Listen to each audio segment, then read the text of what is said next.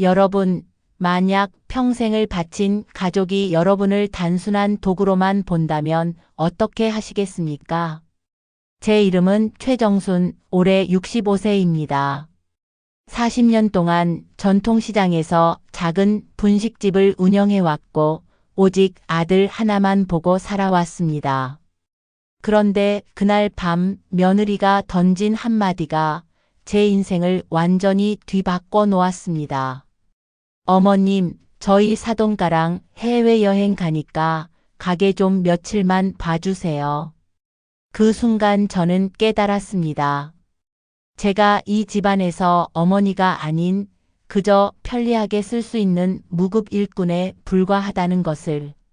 그리고 그날 밤 저는 평생 단 한 번도 해본 적 없는 일을 결심했습니다. 여러분도 상상하지 못할 일을 말이죠.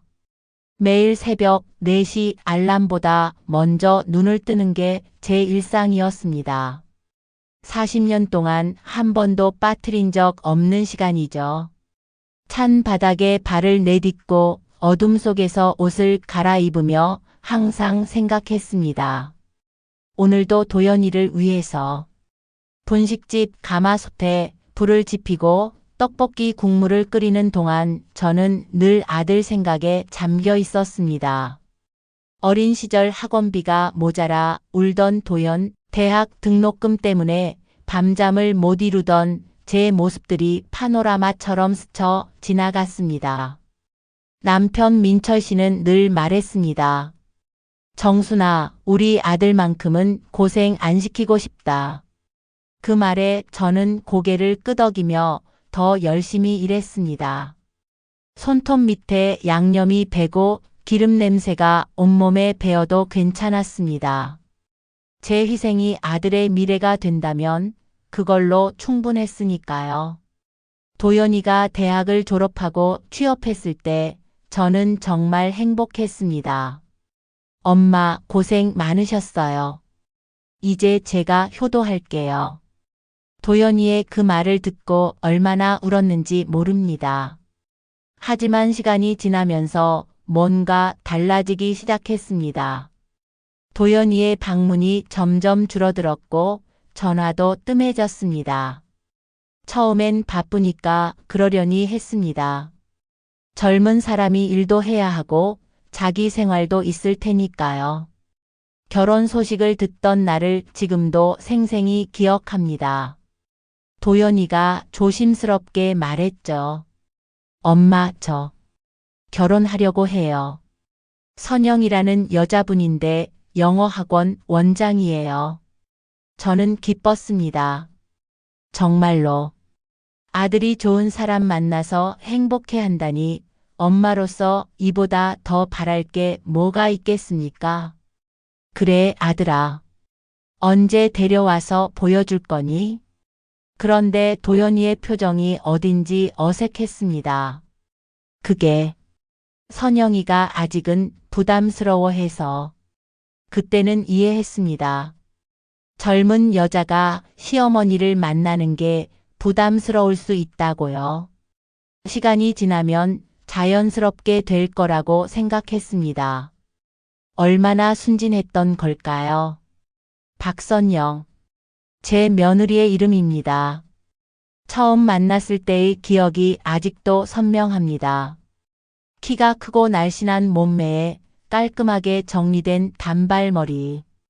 명품 가방을 들고 있었죠. 확실히 저와는 다른 세계의 사람이었습니다. 어머니, 안녕하세요. 도연 오빠한테 많이 들었어요. 예의 바른 목소리, 적당한 미소. 하지만 저는 느꼈습니다. 그 미소 뒤에 숨어있는 차가움을요. 저를 바라보는 시선에서 묘한 거리감이 느껴졌습니다. 분식집에서 만나자고 했을 때 선영 씨는 잠깐 주저했습니다. 여기서요? 하는 표정이었죠. 하지만 곧 웃으며 네, 좋아요라고 했습니다. 제가 정성스럽게 준비한 떡볶이와 순대를 대접했지만 선영 씨는 거의 손을 대지 않았습니다. 다이어트 중이라서요 라고 했지만 저는 알았습니다. 제 음식이 그녀의 입맛에 맞지 않는다는 것을. 그날 저녁 도연이에게 물었습니다. 선영이 어떤 것 같니? 도연이는 망설이다가 말했죠. 좋은 사람이에요, 엄마. 시간이 지나면 더 가까워질 거예요. 저는 고개를 끄덕였지만 가슴 한편이 무거웠습니다. 뭔가 어긋나기 시작한 것 같은 불안감이 스며들었습니다. 결혼식 날 저는 한복을 곱게 차려입고 아들의 새 출발을 축복했습니다. 신부 대기실에서 선영 씨에게 우리 도연이 잘 부탁해라고 말했을 때 그녀는 환하게 웃으며 네, 어머니라고 대답했습니다. 하지만 결혼 후 달라진 건 명확했습니다. 도연이의 연락이 확연히 줄어들었고 집에 오는 횟수도 한 달에 한두 번으로 줄었습니다. 전에는 일주일에 서너 번은 들렀는데 말이죠. 도연아, 요즘 왜 이렇게 안 와? 엄마, 미안해요. 바쁘기도 하고. 선영이도 신혼이라 적응하느라 힘들어 해서요. 항상 선영이 핑계였습니다. 저는 이해하려고 노력했습니다. 새 며느리가 적응할 시간이 필요하다고 조금 더 기다려보자고 스스로를 달랬습니다. 하지만 시간이 지날수록 상황은 나아지지 않았습니다. 오히려 더 소원해졌죠. 도연이는 점점 저와의 대화를 피했고 전화를 해도 바쁘니까 나중에 다시 걸게요 라는 말만 반복했습니다. 그때 저는 몰랐습니다. 이것이 시작에 불과했다는 것을. 지난 설날이었습니다. 전통적으로 우리 집에서는 제가 차례상을 준비했었죠. 남편이 살아계실 때부터 그래 왔으니까요. 하지만 그 해는 달랐습니다. 도연이가 전화를 걸어왔습니다. 엄마, 올해는 선영이네 쪽 할머니 댁에서 차례를 지내기로 했어요. 그래? 그럼 우리 아버지 차례는? 그건 저희가 따로 갈게요. 엄마도 편하게 쉬세요. 편하게 쉬라고요? 40년 동안 한 번도 빠뜨린 적 없는 차례를 혼자 지내라고요? 그날 저는 정말 혼자였습니다. 텅 빈 분식집에서 남편 사진 앞에 소주 한 잔 올리고 혼자 절을 했습니다. 눈물이 주르륵 흘러내렸지만 닦을 힘도 없었습니다. 더 충격적인 건 그 다음이었습니다. 며칠 후 시장 아주머니들을 통해 들은 이야기였습니다. 정순아, 너희 며느리가 호텔에서 사돈들이랑 식사했다더라? 꽤 큰 상에서 말이야. 그 순간 저는 깨달았습니다. 선영 씨네 부모님은 호텔에서 대접받았는데 저는 집에서 혼자 차례를 지냈다는 것을. 같은 가족인데 이렇게 다르게 대접받고 있다는 것을. 밤늦게 도연이가 술에 취해 집에 왔습니다. 엄마, 미안해요. 정말 미안해요. 계속 미안하다고만 했습니다. 하지만 그 미안함이 뭘 바꿔줄 수 있겠습니까? 시간이 지나면서 저는 점점 투명인간이 되어 갔습니다. 도연이 부부가 외식을 해도 여행을 가도 영화를 봐도 저는 없는 사람이었습니다. 어느 날 우연히 도연이의 핸드폰을 보게 되었습니다. 선영 씨가 보낸 메시지였죠. 오빠, 이번 주말에 우리끼리만 제주도 갈까? 어머니는 바쁘실 테니까 따로 말씀드리지 말고. 따로 말씀드리지 말고? 저를 제외하고 계획을 세우는 게 이미 자연스러워진 거였습니다. 또 다른 메시지도 있었습니다. 어머니가 자꾸 우리 사생활에 관심 갖는 것 같아서 좀 적당히 거리 두는 게 어때? 사생활에 관심을 갖는다고요? 저는 그저 아들이 잘 지내는지 궁금했을 뿐인데 그게 사생활 침해였다는 거였습니다. 그날 밤 저는 남편 사진을 보며 중얼거렸습니다. 민철아, 내가 뭘 잘못한 걸까? 아들을 너무 사랑한 게 잘못이었나? 더 참담한 건 그 다음부터였습니다. 도연이 부부는 제가 필요할 때만 찾아왔습니다. 그것도 대부분 돈 때문이었죠. 엄마, 집 계약 갱신하는데 보증금이 좀 모자라서. 엄마, 선영이 학원 확장하려는데 자금이. 엄마, 차 바꾸려고 하는데. 매번 그럴 때마다 저는 흔쾌히 도와줬습니다. 평생 모은 돈이었지만 아들을 위해서라면 아깝지 않았으니까요. 하지만 돈을 빌려간 후에는 또다시 연락이 뜸해졌습니다. 어느 날 분식집 단골 할머니가 말씀하셨습니다. 정순아, 너 혹시 아들한테 ATM기 취급받는 거 아니야?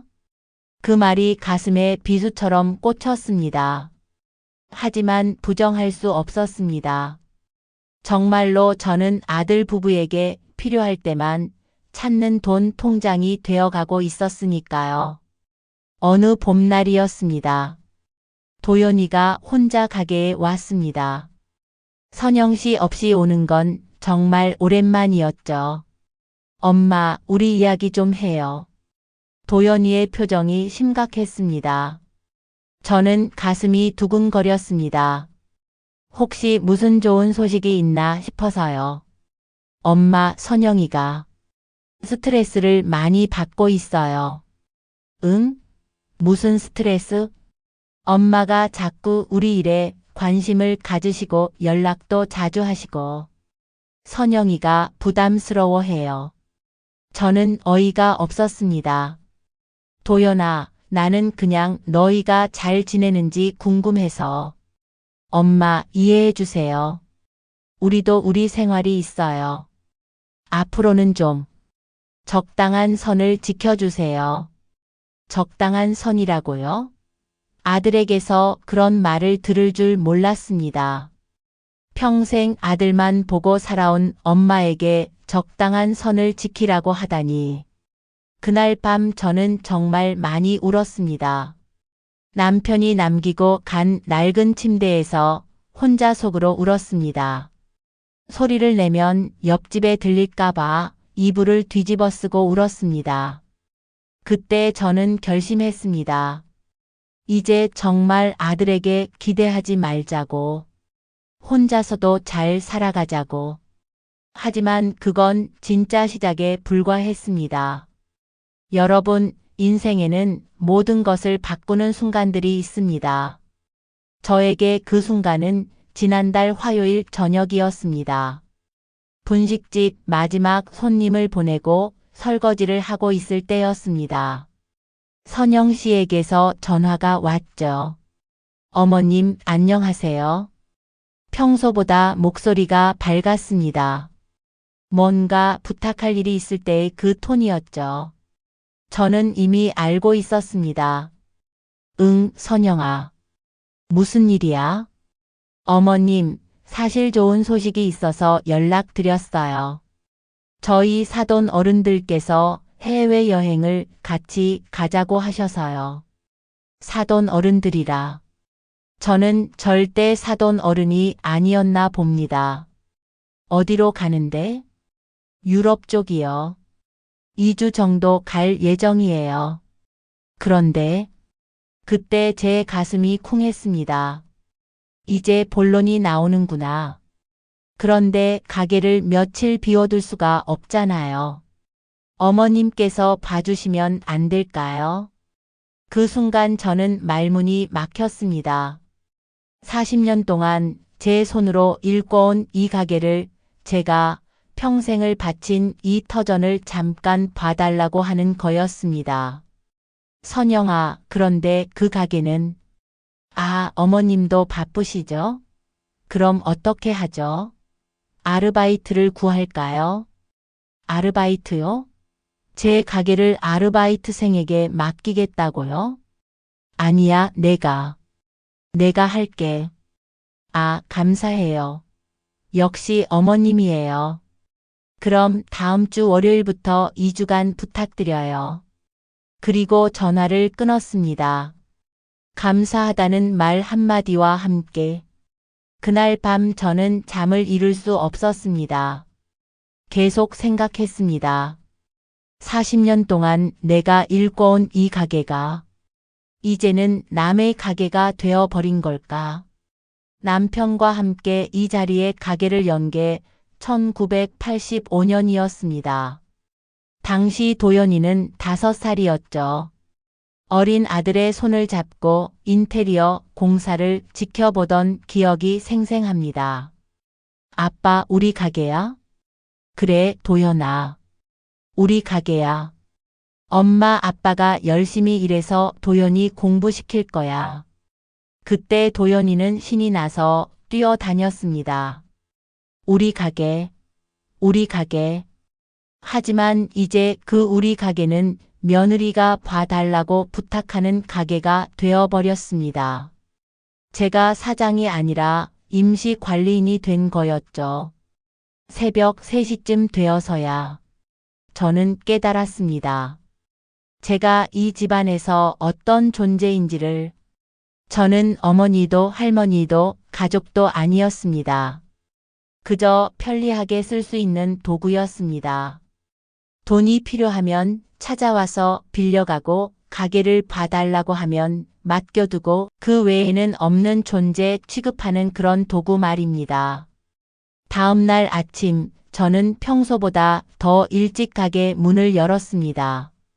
뭔가 해야 할 일이 있는데 뭔지 모르겠어서 그냥 바쁘게 움직였습니다. 단골 아주머니들이 하나둘씩 와서 아침을 먹으며 이야기를 나눴습니다. 제 표정이 좋지 않다는 것을 눈치챈 건 순자 언니였습니다. 정순아, 너 오늘 왜 이리 안 좋아 보여? 무슨 일 있어? 저는 망설이다가 어제 있었던 일을 말했습니다. 선영 씨의 전화, 사돈들과의 여행, 그리고 제가 느낀 기분을. 뭐? 2주 동안 가게 봐달라고? 그것도 사돈들이랑 여행 가는 동안? 너는 사돈이 아니고? 아주머니들이 펄펄 뛰었습니다. 정순아, 그거 완전히 너를 가게 관리인으로 보는 거 아니야? 맞아, 정순아. 그건 아니야. 40년 동안 네가 운영한 가게인데. 그때 명자 언니가 조용히 말했습니다. 정순아, 솔직히 말할게. 너 그동안 며느리한테 너무 끌려다닌 것 같아. 다른 아주머니들도 고개를 끄덕였습니다. 맞아. 명절 때도 혼자 차례 지내고 돈도 계속 빌려주고. 그런데도 고맙다는 인사 한 번 제대로 받은 적 있어? 저는 할 말이 없었습니다. 정말로 그랬으니까요. 정순아, 이번엔 아니라고 해. 내가 그렇게 당할 이유 없어. 하지만 저는 이미 약속을 했습니다. 그리고 무엇보다 거절하면 아들과의 관계가 더 나빠질까 봐 무서웠습니다. 토요일이었습니다. 도연이 부부가 여행짐을 가지러 왔습니다. 선영 씨는 명품 가방과 캐리어를 끌고 와서는 가게를 이것저것 확인했습니다. 어머님, 가스 잠그는 거 잊지 마시고요. 그리고 돈 관리도 잘 부탁드려요. 마치 제가 처음 가게 일을 하는 것처럼 말하는 거였습니다. 40년 동안 한 번도 사고 낸 적 없는 제게 가스 잠그는 법을 알려주다니. 더 황당한 건 그 다음이었습니다. 아, 그리고 어머님. 혹시 모르니까 매출 장부 좀 써주세요. 하루 얼마씩 들어오는지. 매출 장부요? 제가 제 가게 매출을 며느리에게 보고해야 한다는 거였습니다. 그때 도연이가 선영 씨를 말렸습니다. 선영아, 그건 좀. 왜? 돈 관리를 확실히 해야죠. 나중에 문제 생기면 어떡해요? 문제가 생긴다고요? 40년 동안 단 한 푼도 함부로 쓴 적 없는 제가 돈을 함부로 쓸 거라고 생각한다는 얘기였습니다. 그 순간 저는 정말 화가 났습니다. 평생 이렇게 화가 난 적이 없을 정도로. 하지만 꾹 참았습니다. 아들 앞에서 며느리와 다투고 싶지 않았거든요. 알겠어, 선영아. 조심해서 다녀와라. 선영 씨는 환하게 웃으며 말했습니다. 감사해요, 어머님. 덕분에 마음 편히 다녀올 수 있을 것 같아요. 그리고 도연이와 함께 나갔습니다. 저를 남겨두고. 그날 밤 텅 빈 가게에서 저는 깨달았습니다. 제가 정말로 이 가족에게서 어떤 존재인지를. 여러분, 그날 밤 저는 평생 처음으로 제 인생을 되돌아봤습니다. 65년을 살면서 저는 항상 누군가를 위해 살았습니다. 어릴 때는 가족을 위해, 결혼해서는 남편을 위해, 아들이 태어난 후에는 아들을 위해. 단 한 번도 최정순이라는 사람을 위해 산 적이 없었습니다. 그런데 이제 와서 보니 제가 그렇게 희생한 사람들이 저를 어떻게 생각하고 있는 걸까요?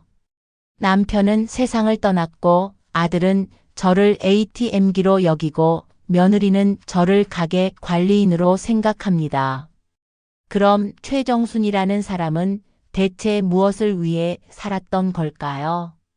새벽 4시 저는 일어나서 평소처럼 가게 준비를 했습니다. 하지만 달랐습니다. 이번에는 남의 가게를 관리하는 기분이었죠. 가스레인지에 불을 켜고 떡볶이 국물을 끓이면서 저는 계속 생각했습니다. 정말 이대로 살아야 하나? 죽을 때까지 이런 식으로? 그때 문득 남편이 했던 말이 떠올랐습니다. 남편이 돌아가시기 직전에 제게 한 말이었어요. 정순아, 나 없어도 너는 너만의 인생을 살아. 약속해. 그때는 무슨 말인지 몰랐습니다.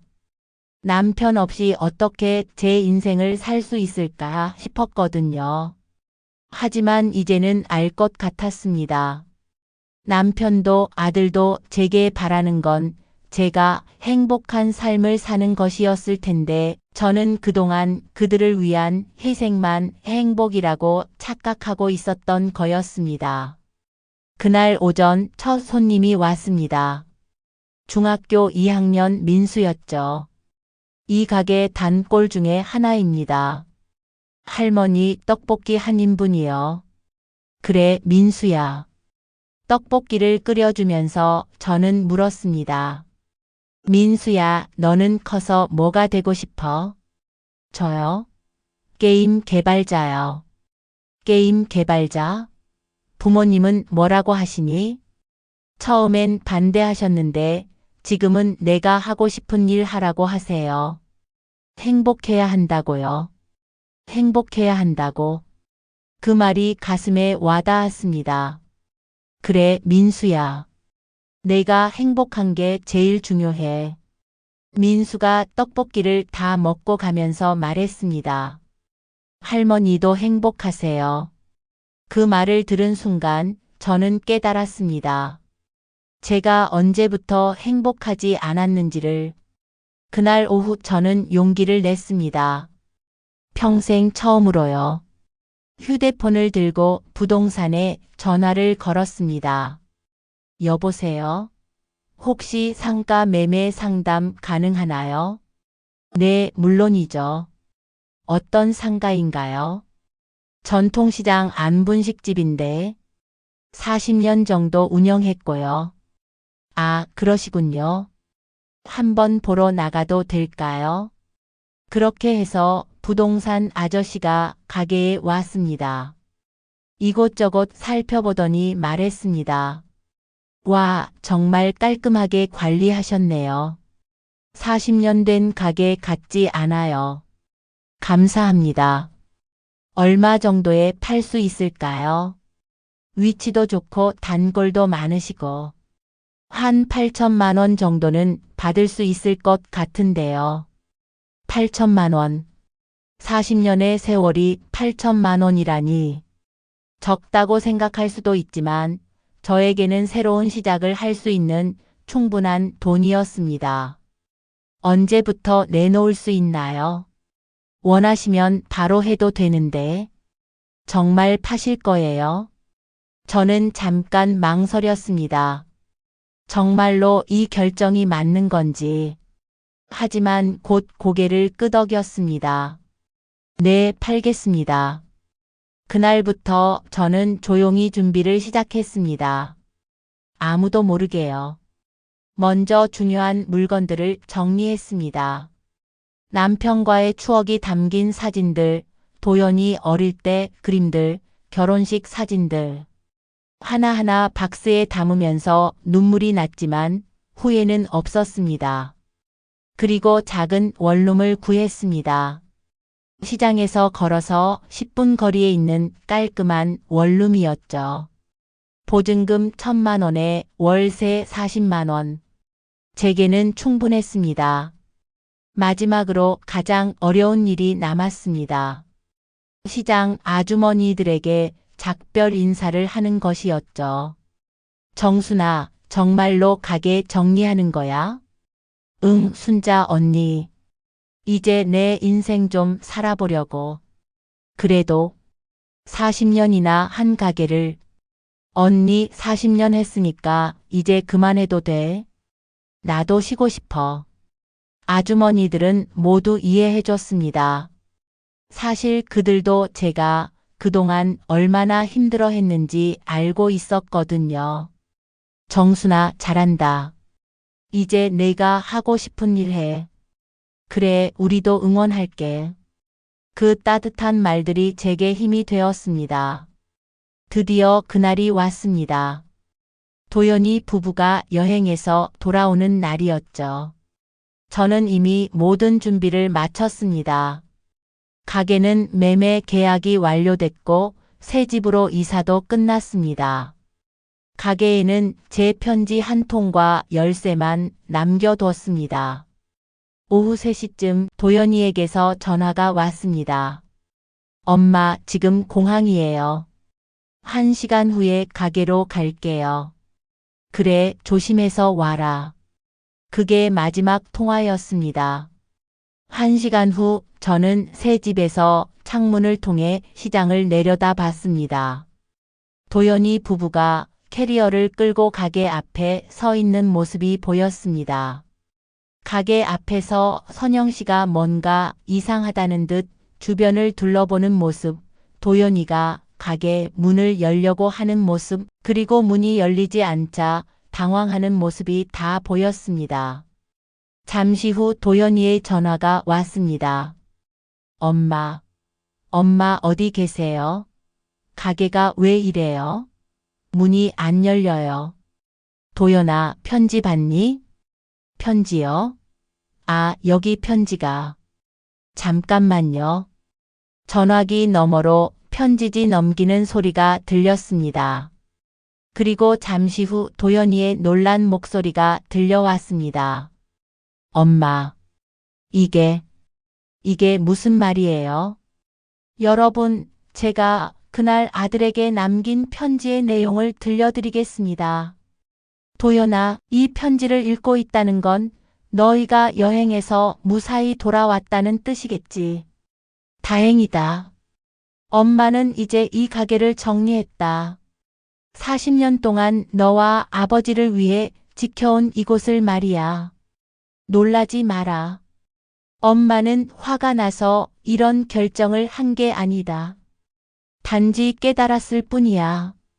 엄마는 그동안 너희에게 엄마가 아니라 그냥 편리한 도구였구나. 돈이 필요하면 찾아오고 가게 봐달라고 하면 맡겨두고 그 외에는 없는 존재 취급하는 그런 도구 말이야. 하지만 도연아, 엄마도 한 사람이야. 최정순이라는 이름을 가진 한 인간이라고. 65년을 살면서 엄마는 단 한 번도 나를 위해 산 적이 없었어. 항상 누군가를 위해서만 살았지. 아버지를 위해, 너를 위해, 가족을 위해서. 하지만 이제는 알겠다. 진짜 사랑은 희생이 아니라 존중이라는 것을. 너희가 엄마를 정말 사랑한다면 엄마의 행복도 생각해줘야 하는 거 아니니? 이 가게는 8천만 원에 팔았다. 그 돈으로 작은 집을 얻었고 이제 엄마만의 인생을 살아보려고 한다. 걱정하지 마라. 엄마는 건강하고 앞으로도 건강하게 살 거야. 다만 이제는 엄마를 진짜 엄마로 대접해주는 사람들과 함께 살 거란다. 도연아, 그동안 고마웠어. 너를 키우느라 힘들었지만 그래도 행복했다. 하지만 이제는 엄마도 엄마의 행복을 찾고 싶어. 언제든지 엄마가 보고 싶으면 연락해. 단, 돈 때문이 아니라 정말로 엄마가 보고 싶어서 말이야. 그리고 선영이에게도 전해라. 앞으로는 엄마를 시어머니로 대하든지 아니면 아예 남남으로 지내든지 둘 중 하나를 선택하라고. 엄마는 이제 최정순으로 살 거다. 사랑한다, 도연아. 엄마가. 편지를 다 읽은 도연이는 한동안 말이 없었습니다. 그러다가 갑자기 소리를 질렀습니다. 엄마, 엄마 어디 계세요? 지금 당장 나와주세요. 하지만 저는 나가지 않았습니다. 창문 너머로 보니 선영 씨가 편지를 빼서 읽고 있었습니다. 그리고 얼굴이 점점 굳어지는 게 보였죠. 도연 오빠, 이게 뭐예요? 어머니가 왜 이런 식으로? 선영아, 지금 그게 중요해? 엄마가 집까지 나가셨다고. 그때 시장 아주머니들이 하나둘씩 모여들었습니다. 소란스러운 소리를 듣고 나온 거였죠. 도연아, 네 엄마 잘했다. 순자 언니가 단호하게 말했습니다. 내가 그동안 어머니를 어떻게 대했는지 우리 다 봤어. 이제라도 정신 차려. 다른 아주머니들도 한마디씩 했습니다. 맞아, 정순이가 얼마나 힘들어했는지 아니? 돈만 필요할 때 찾아가고 평소에는 안부 인사도 없고. 며느리도 마찬가지야. 시어머니를 뭘로 아는 거야? 도연이는 점점 작아졌고 선영 씨는 얼굴이 새빨개졌습니다. 아주머니들, 저희 가족 일인데. 가족이면 가족답게 해야지. 정순이를 가족으로 대한 적이나 있어? 명자 언니의 한마디에 선영 씨는 더 이상 할 말이 없었습니다. 그날 밤 9시쯤 도연이 혼자 제 새 집을 찾아왔습니다. 어떻게 알았는지는 모르겠지만 아마 시장 아주머니들이 알려준 것 같았습니다. 똑똑똑. 문을 열자 도연이가 서 있었습니다. 눈이 빨갛게 부어 있었죠. 엄마, 들어와라. 작은 원룸이지만 깔끔하게 정리되어 있었습니다. 도연이는 주변을 둘러보더니 의자에 앉았습니다. 엄마, 왜 이렇게까지 하셨어요? 도연아, 정말 모르겠니? 저는 차를 끓여 도연이 앞에 놓았습니다. 엄마는 그냥 우리가 바빠서 그런 줄 알았어요. 바빠서? 도연아, 바쁜 게 핑계가 될 수 있니? 엄마, 미안해요. 정말 미안해요. 도연이가 고개를 숙였습니다. 미안하다고 해서 뭐가 달라지니? 도연아, 엄마는 이제 지쳤어. 엄마, 너희에게 맞춰주느라 지쳤어. 눈치 보느라 지쳤어. 투명인간 취급받느라 지쳤다고. 그때 도연이가 울기 시작했습니다. 어른이 된 후 처음 보는 아들의 눈물이었습니다. 엄마, 제가 잘못했어요. 선영이 말만 들었어요. 엄마 마음은 생각 안 했어요. 그래, 네가 선영이 말만 듣는 건 알았어. 하지만 도연아, 엄마도 네 엄마야. 알아요. 이제 알겠어요. 도연이는 한참을 울었습니다. 그리고 고개를 들어 제게 말했습니다. 엄마, 다시 시작할 수 없을까요? 제가 바뀔게요. 저는 잠깐 망설였습니다.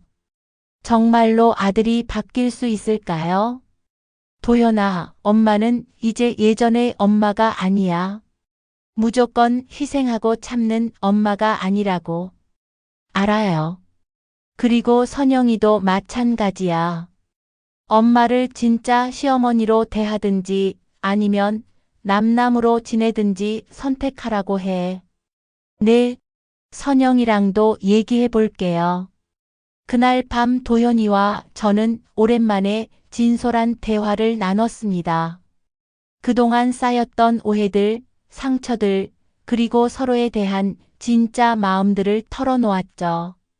그로부터 한 달이 지났습니다. 놀랍게도 정말로 변화가 시작됐습니다. 도연이는 일주일에 2번씩 제 집을 찾아왔습니다. 돈 달라고가 아니라 그냥 안부를 묻기 위해서요. 그것도 빈손으로 오지 않았습니다. 제가 좋아하는 과일이나 반찬을 사가지고 왔죠. 엄마, 이거 시장에서 파는 나물인데 엄마가 좋아하실 것 같아서요. 고마워, 도연아. 예전 같으면 괜찮다. 돈 아껴라고 했을 텐데 이제는 고맙다고 받았습니다. 아들의 마음을 받아주는 것도 중요하다는 걸 깨달았거든요. 더 놀라운 건 선영 씨의 변화였습니다. 처음에는 여전히 차갑게 굴었지만 도연이가 계속 이야기를 했나 봅니다. 어느 날부터는 도연이와 함께 찾아와서 정중하게 인사를 했습니다. 어머님, 그동안 제가 많이 부족했습니다. 완벽한 사과는 아니었지만 그래도 변화의 시작이었습니다. 저는 새로운 일상에 적응해 갔습니다. 더 이상 새벽 4시에 일어나지 않아도 됐고 하루 종일 가마솥 앞에 서 있지 않아도 됐습니다. 대신 아침에는 근처 공원을 산책하고 오후에는 도서관에서 책을 읽었습니다. 평생 시간이 없어서 못했던 일들을 하나씩 해보는 거였죠. 그리고 무엇보다 시장 아주머니들과의 관계가 더 깊어졌습니다. 이제 저는 분식집 사장이 아니라 그냥 정순이었습니다. 일 때문에 만나는 관계가 아니라 진짜 친구로 만나는 거였죠. 정순아, 오늘 날씨 좋은데 같이 영화나 볼까? 그래, 좋아. 60대에 처음 해보는 친구들과의 영화 관람이었습니다. 팝콘도 사 먹고 영화가 끝나고 카페에서 수다도 떨고 이런 게 행복이구나 싶었습니다. 어느 화요일 오후였습니다. 집에서 책을 읽고 있는데 초인종이 울렸습니다. 도연이가 오기에는 이른 시간이어서 이상했죠. 문을 열어보니 뜻밖의 사람이 서 있었습니다. 선영 씨였습니다. 그것도 혼자요. 어머님, 안녕하세요. 시간 좀 내주실 수 있을까요? 그래, 들어와. 선영 씨는 조심스럽게 들어와서 의자에 앉았습니다. 평소의 당당한 모습과는 달리 어딘지 위축되어 보였습니다. 어머님, 사실 제가 할 말이 있어서 왔습니다. 그래, 말해봐. 제가 그동안 어머님을 너무 힘들게 해드린 것 같아서요. 선영 씨의 목소리가 떨리고 있었습니다. 선영아, 갑자기 왜 이런 말을? 도연 오빠가 매일 자책하는 모습을 보니까 제가 뭘 잘못했는지 알겠더라고요. 그러더니 선영 씨가 갑자기 고개를 숙이며 말했습니다. 어머님, 정말 죄송합니다. 제가 제가 너무 이기적이었어요. 저는 선영 씨에게 차를 끓여주며 말했습니다. 선영아, 고개 들어라. 그리고 솔직하게 이야기해보자. 선영 씨가 고개를 들었습니다. 눈가가 조금 빨갛더군요. 어머님, 사실 처음에는 어머님이 부담스러웠어요. 응, 알고 있었어. 제가 자라온 환경이 어머님과는 많이 달랐거든요. 저희 집은 각자 독립적으로 사는 게 당연했는데. 그래, 계속해봐. 그런데 어머님은 도연 오빠를 너무 챙겨주시고 저에게도 관심을 많이 보여주셔서 처음에는 간섭으로 느껴졌어요. 솔직한 말이었습니다. 저는 화내지 않고 들어줬습니다. 하지만 이제는 알겠어요. 그게 간섭이 아니라 사랑이었다는 걸. 그런데 저는 그 사랑을 받을 준비가 안 돼 있었어요. 선영아. 그리고 무엇보다 제가 어머님을 가족으로 생각하지 않고 있었어요. 그냥 도연 오빠의 어머니 정도로만 생각했거든요. 이제서야 선영 씨의 진짜 마음을 알 수 있었습니다. 어머님, 앞으로는 정말 달라지고 싶어요. 어머님을 진짜 어머니로 모시고 싶어요. 그때 저는 깨달았습니다.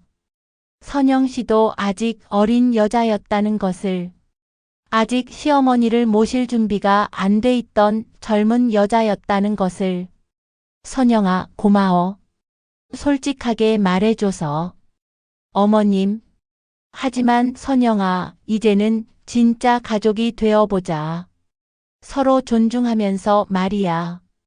그날 오후 선영 씨와 저는 처음으로 진짜 대화를 나눴습니다.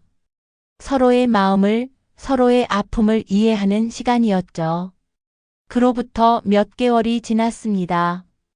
우리 가족은 완전히 새로워졌습니다. 도연이는 이제 진짜 아들다워졌습니다. 제 생각을 먼저 물어보고 제 의견을 존중해줬습니다.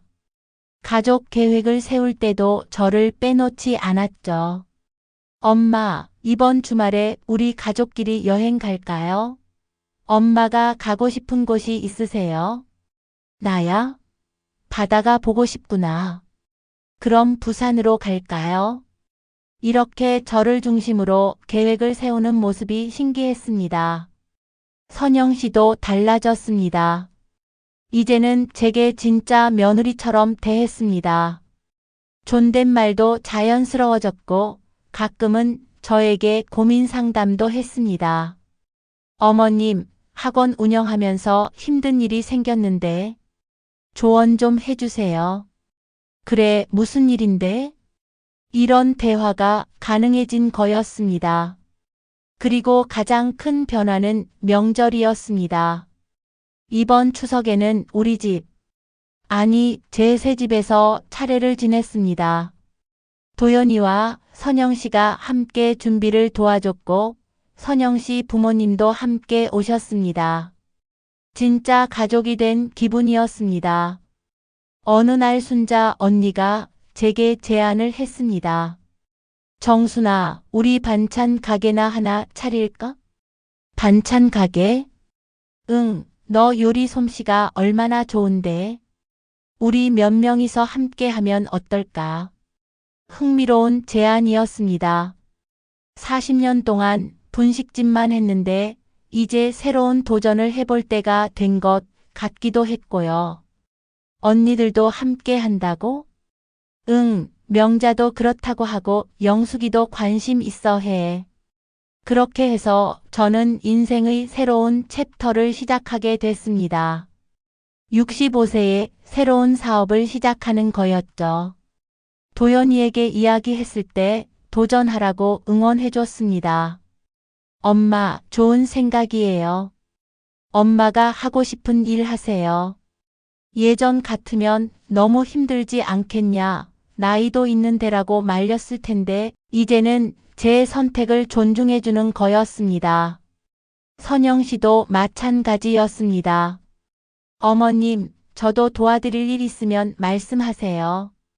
사업 계획 같은 거 정리하는 건 제가 잘해요. 정말로 가족이 된 기분이었습니다. 그렇게 1년이 지났습니다. 많은 것이 변했습니다. 저는 이제 정순이네 반찬 가게라는 작은 가게를 운영하고 있습니다. 시장 아주머니들과 함께 하는 협동조합 형태로요. 생각보다 장사가 잘 돼서 하루하루가 즐겁습니다. 도현이는 이제 일주일에 3번씩 찾아옵니다. 그것도 가족 모두 함께요. 진짜 가족이 된 느낌입니다. 선영 씨와도 이제는 진짜 모녀 사이가 됐습니다. 가끔은 저에게 투정도 부리고 고민도 털어놓습니다. 어머님, 요즘 일이 너무 스트레스예요. 왜? 무슨 일인데? 학원 학부모들이 너무 까다로워서요. 그래도 선영아가 잘해낼 거야. 우리 며느리 얼마나 능력 있는데.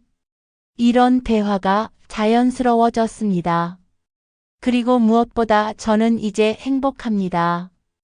진짜로 행복해요. 65년을 살면서 처음 느끼는 진짜 행복입니다. 어느 일요일 오후 도현이 가족이 저를 찾아왔습니다. 선영 씨가 직접 만든 케이크를 들고 왔더군요. 어머님, 오늘이 어떤 날인지 아세요? 어떤 날? 어머님이 새 집으로 이사 온 지 1년 된 날이에요. 아, 그런가요? 저는 깜빡했었습니다. 그래서 우리가 작은 파티를 준비했어요. 도연이가 가방에서 촛불을 꺼내더니 케이크에 꽂았습니다. 어머님, 소원 빌고 촛불 끄세요. 무슨 소원을 빌어? 어머님이 더 행복해지시라고 빌어주세요. 그때 저는 깨달았습니다. 이 아이들이 진짜로 제 행복을 생각해주고 있다는 것을. 촛불을 끄면서 저는 생각했습니다. 정말로 많은 것이 변했구나. 1년 전에 절망적이었던 저와 지금의 행복한 저를 비교하며요. 그리고 그날 밤 혼자 차를 마시며 저는 더 깊은 깨달음을 얻었습니다. 사랑은 희생이 아니라 존중이라는 것. 가족은 혈연이 아니라 마음으로 이어지는 관계라는 것. 그리고 인생은 언제라도 새롭게 시작할 수 있다는 것을. 65세에 깨달은 진리들이었지만 늦었다고 생각하지 않았습니다. 오히려 이제라도 깨달은 게 다행이었어요. 최근에 저에게 또 하나의 변화가 생겼습니다. 반찬 가게를 하면서 알게 된 김 할아버지와의 만남이었죠. 70세의 호라비 할아버지인데 아내를 잃고 혼자 사시는 분이었습니다. 처음에는 그냥 단골 손님이었습니다. 매일 반찬을 사가시면서 이런저런 이야기를 나누곤 했죠. 사장님, 오늘 나물이 참 맛있네요. 감사해요. 많이 드세요. 그런데 시간이 지나면서 할아버지가 단순히 반찬을 사러 오는 게 아니라 저와 이야기하고 싶어서 오는 것 같았습니다. 사장님은 어떻게 이런 맛있는 반찬을 만드세요? 그냥 40년 넘게 요리를 해서 그런가 봐요. 아, 그러시구나. 저는 아내가 해준 밥이 그리워서. 할아버지의 쓸쓸한 표정을 보면서 저는 동질감을 느꼈습니다. 저도 남편을 잃고 혼자 지냈던 시간이 길었으니까요. 그러던 어느 날 할아버지가 제게 말했습니다. 사장님, 혹시 시간 되실 때 같이 영화나 보실까요? 저는 잠깐 놀랐습니다. 이런 제안을 받을 줄 몰랐거든요. 영화요? 아, 아니에요. 괜찮습니다. 갑자기 이상한 말을 했네요. 할아버지가 당황해 하시는 모습을 보니 오히려 제가 미안해졌습니다. 아니에요. 좋아요. 같이 봐요. 그렇게 해서 저는 인생 두 번째 연애를 시작하게 됐습니다. 65세의 말이죠. 도현이에게 이야기했을 때 처음에는 놀라더니 곧 응원해줬습니다. 엄마, 좋으시면 저희도 찬성이에요. 정말? 네, 엄마가 행복하시는 게 가장 중요해요. 선영 씨도 마찬가지였습니다. 어머님, 혼자 계시는 것보다 좋은 분과 함께 계시는 게 나을 것 같아요.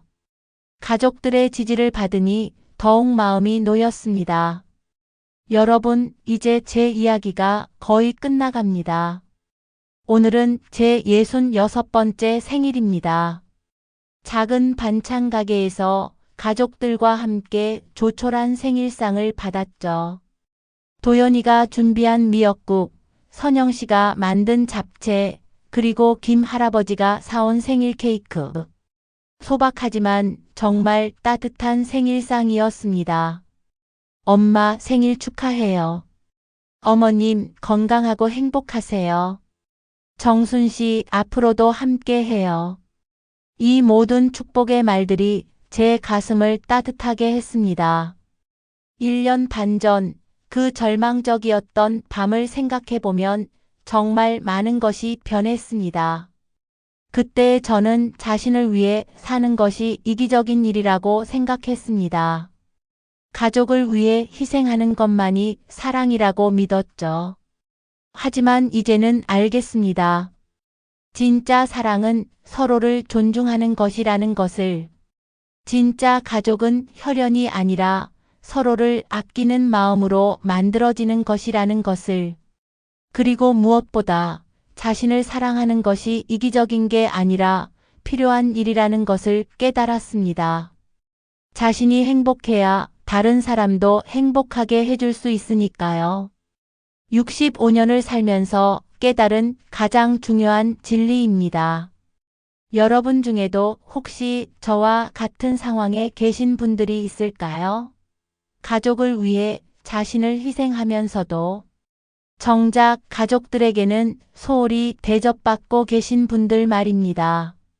그런 분들께 제가 하고 싶은 말씀이 있습니다. 늦었다고 생각하지 마세요. 언제라도 변화는 가능합니다. 저처럼 65세에도 새로운 시작이 가능해요. 그리고 자신을 위해 사는 것을 두려워하지 마세요. 그것이 이기적인 일이 아니에요. 오히려 필요한 일입니다. 진짜 사랑하는 사람이라면 여러분의 행복도 생각해 줄 거예요.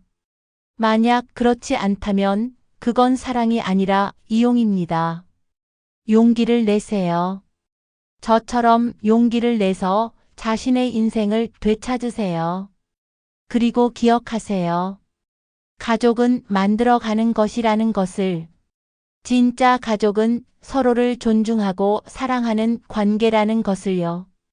지금 저는 정말 행복합니다.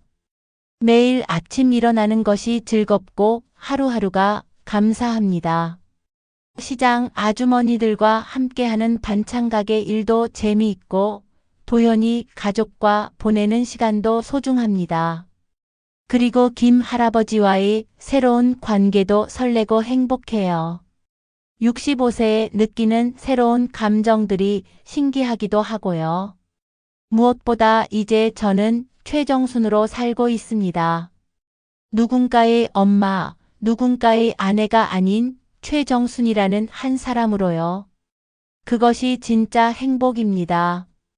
이 긴 이야기를 끝까지 들어주신 여러분께 감사합니다. 제 이야기가 누군가에게는 위로가 되고 누군가에게는 용기가 되었으면 좋겠습니다. 그리고 무엇보다 진짜 사랑이 무엇인지, 진짜 가족이 무엇인지 생각해보는 계기가 되었으면 합니다. 인생은 언제나 새로운 시작이 가능합니다. 몇 살이든 상관없어요. 중요한 건 용기입니다. 여러분도 자신만의 행복을 찾으시길 바라며 제 이야기를 마치겠습니다. 감사합니다. 때로는 가장 큰 사랑은 놓아주는 것이 아니라 자신을 지키는 것입니다. 그리고 때로는 가장 큰 용기는 모든 것을 포기하는 것이 아니라 새롭게 시작하는 것입니다.